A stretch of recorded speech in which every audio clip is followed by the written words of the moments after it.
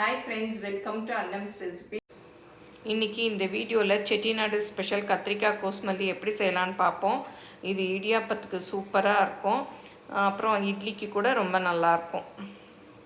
எங்கள் ப்ராடக்ட்ஸ் எல்லாம் யூடியூப்பில் கமெண்ட்ஸ்க்கு கீழே வந்துட்டுருக்கு. அதில் போய் கிளிக் பண்ணிங்கன்னா அதோட ரேட்டு டீட்டெயில்ஸ் எல்லாமே இருக்கும். அதை கிளிக் பண்ணி நீங்கள் வேணுங்கிற பொருளை ஆர்டர் பண்ணி வாங்கிக்கலாம்.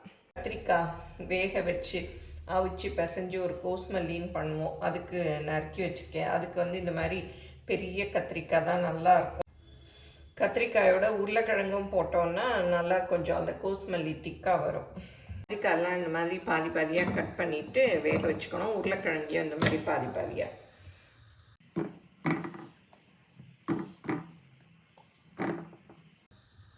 இது பூச்சிலாம் பார்த்துக்கங்க, பாருங்கள் இதில் பூச்சி இருந்தது.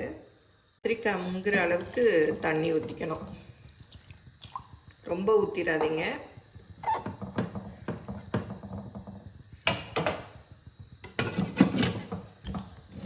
ரெண்டு விசில் விட்டுறலாம். கத்திரிக்காய் கோஸ்மல்லிக்கு புளி வந்து இந்த எலுமிச்சம்பழம் சைஸ் வந்து ஊற வச்சுருக்கேன். பச்சை மிளகா உங்களுக்கு எவ்வளோ காரம் வேணுமோ அதுக்கு தகுந்த மாதிரி போட்டுக்கோங்க. நான் வந்து இன்றைக்கி ஒரு 10 பச்சை மிளகா போடுறேன். இந்த மாதிரி ஒடிச்சு போட்டுக்கலாம். அப்புறம் வெங்காயம் ஒரு மீடியம் சைஸு நறுக்கி வச்சுருக்கேன். சின்ன வெங்காயம் போட்டிங்கன்னா இன்னும் நல்லாயிருக்கும். தக்காளி ஒரு சின்னதாக கொஞ்சம், அப்புறம் கருவேப்பிலை. இப்போ குக்கரில் விசில் வந்துகிட்டே இருக்குது.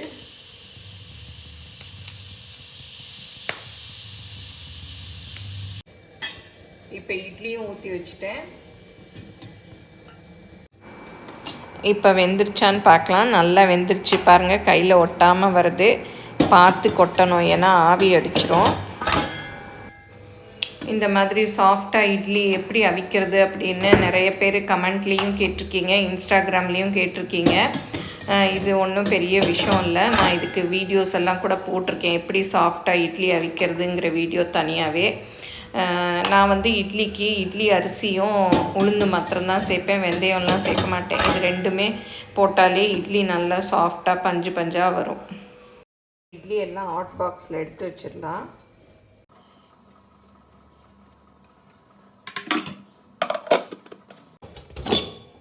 பாருங்க, கத்திரிக்காய் நல்லா வெந்துருச்சு. இதை எடுத்து அப்படியே ஒரு தட்டில் ஆற வச்சுக்கலாம். கத்திரிக்காய் கோஸ்மல்லிக்கு இந்த மாதிரி பெரிய கத்திரிக்காய், அப்புறம் விதையுள்ள கத்திரிக்காய் அதை தான் வாங்கிக்கிட்டால் தான் நல்லாயிருக்கும். அப்போ தான் வேக வச்சு உரிக்கிறதுக்கும் நமக்கு வந்து சௌகரியமாக இருக்கும். பிஞ்சு கத்திரிக்காயெல்லாம் இதுக்கு அவ்வளோ டேஸ்ட்டாக இருக்காது. இந்த தண்ணியும் வந்து நம்ம கோஸ்மல்லிக்கே யூஸ் பண்ணிக்கலாம், கீழே ஊற்றிட வேண்டாம்.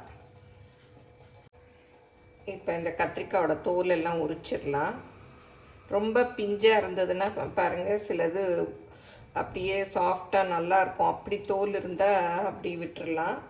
இந்த காம்பு பகுதியெல்லாம் எடுத்துடலாம். ரொம்ப சூடாக இருக்குது. இது வந்து ஒரு நாள் சமையல் பண்ணுறச்சு குக்கர் சுட்டுருச்சு. இதெல்லாம் சமையல் பண்ணுறச்ச நமக்கு ஏற்பட்ட வீர தழும்புகள். நல்லா ஆறின பிறகு உரிச்சிக்கலாம். தோல் பாருங்கள், இந்த மாதிரி அப்படியே கழண்டு வந்துடும். நல்லா வெந்துருச்சுன்னா அப்படியே எடுத்துகிட்டு வந்துடும். இப்போ தோலெல்லாம் எடுத்தாச்சு. இதை அப்படியே நல்லா மேஷ் பண்ணிக்கணும். இப்போ நல்லா மேஷ் பண்ணிக்கலாம். இந்த கத்திரிக்காய் கோஸ்மல்லிக்கெல்லாம் பெரிய கத்திரிக்காய் தான் வந்து நல்லாயிருக்கும். சின்ன கத்திரிக்காய்னா நமக்கு இந்த மாதிரி வேக வச்சு மேஷ் பண்ணலாம் நிறைய இருக்காது. அதனால் பெரிய கத்திரிக்காயை வாங்கிக்கோங்க. அப்புறம் இதையும் அப்படியே ரொம்ப பொடியாக வேண்டாம், அப்படியே. ஏன்னா கொஞ்சம் கத்திரிக்காய் வெறும் கத்திரிக்காய் மாத்திரம் போட்டோன்னா தண்ணியாக இருக்கும். அதனால் இந்த ஒரு உருளைக்கிழங்கு போட்டோன்னா கொஞ்சம் திக்காக வரும். இந்த மாதிரி மேஷ் பண்ணிக்கணும். புளியையும் கரைச்சி வச்சுட்டேன். இப்போ இதில் ஒரு 2 டீஸ்பூன் அளவு எண்ணெய் ஊற்றிக்கலாம். கடுகு உளுத்தம்பருப்பு போட்டுக்கலாம். இப்போ 2 காஞ்ச மிளகாய் இந்த மாதிரி கிள்ளி போட்டுக்கலாம். வெங்காயம் போட்டுக்கலாம். பச்சை மிளகாய், கருவேப்பிலை.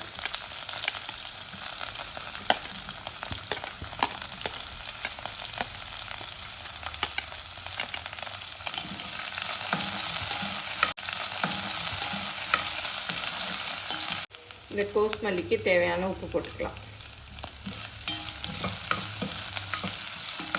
சின்ன வெங்காயம் போட்டிங்கன்னா இன்னும் டேஸ்ட்டாக இருக்கும் கோஸ்மல்லி. இன்றைக்கி எனக்கு டைம் இல்லைன்னு பெரிய வெங்காயமே போட்டுட்டேன். அப்புறம் தக்காளியும் போட்டுடலாம்.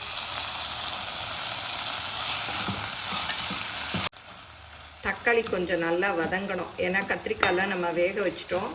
அதனால் தக்காளி வதங்கினதும் கத்திரிக்காயை போட்டுக்கலாம். இப்போ வதங்கிடுச்சு. இப்போ மேஷ் பண்ணி வச்சுருக்கோம் இல்லையா, அதை அப்படியே போட்டுடலாம். இப்போ இந்த வேக வச்ச உருளைக்கிழங்கையும் போட்டுக்கலாம்.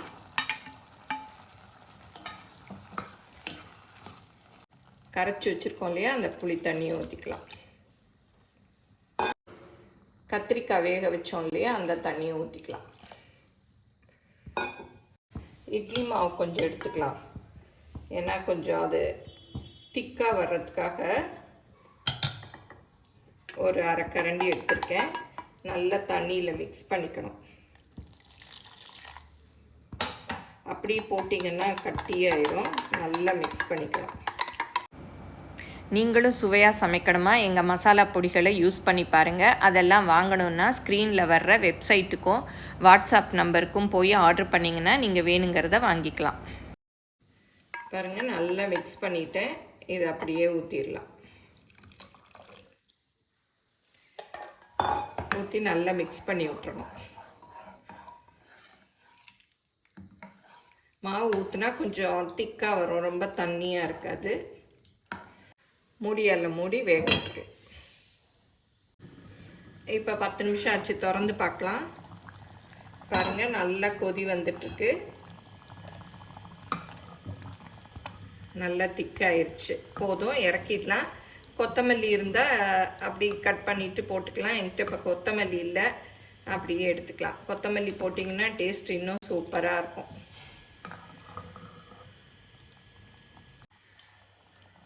இப்போ கொஞ்சமாக ஃப்ரெஷ் கருவேப்பிலை தூவிடலாம். அடுப்பை ஆஃப் பண்ணிவிட்டு இப்போ கத்திரிக்காய் கோஸ்மல்லி ரெடி ஆகிடுச்சு. இதை இட்லி, தோசை, இடியாப்பம், ஆப்பம் எது கூட வேணாலும் தொட்டு சாப்பிட்லாம். எல்லோரும் ட்ரை பண்ணி பாருங்கள். மார்னிங் பிரேக்ஃபாஸ்ட்டுக்கு சுட சுட இட்லியும் கத்திரிக்காய் கோஸ்மல்லியும் ரெடி ஆகிடுச்சு. இதை எல்லோரும் செஞ்சு பாருங்கள். எப்படி வந்ததுன்னு உங்கள் கமெண்ட்ஸை சொல்லுங்கள். பிடிச்சிருந்தால் லைக் பண்ணுங்கள். எங்கள் சேனலை மறக்காமல் சப்ஸ்கிரைப் பண்ணுங்கள். ஃபேஸ்புக், இன்ஸ்டாகிராமில் அன்னம்ஸ் ரெசிபீஸை ஃபாலோ பண்ணுங்கள். தேங்க்யூ.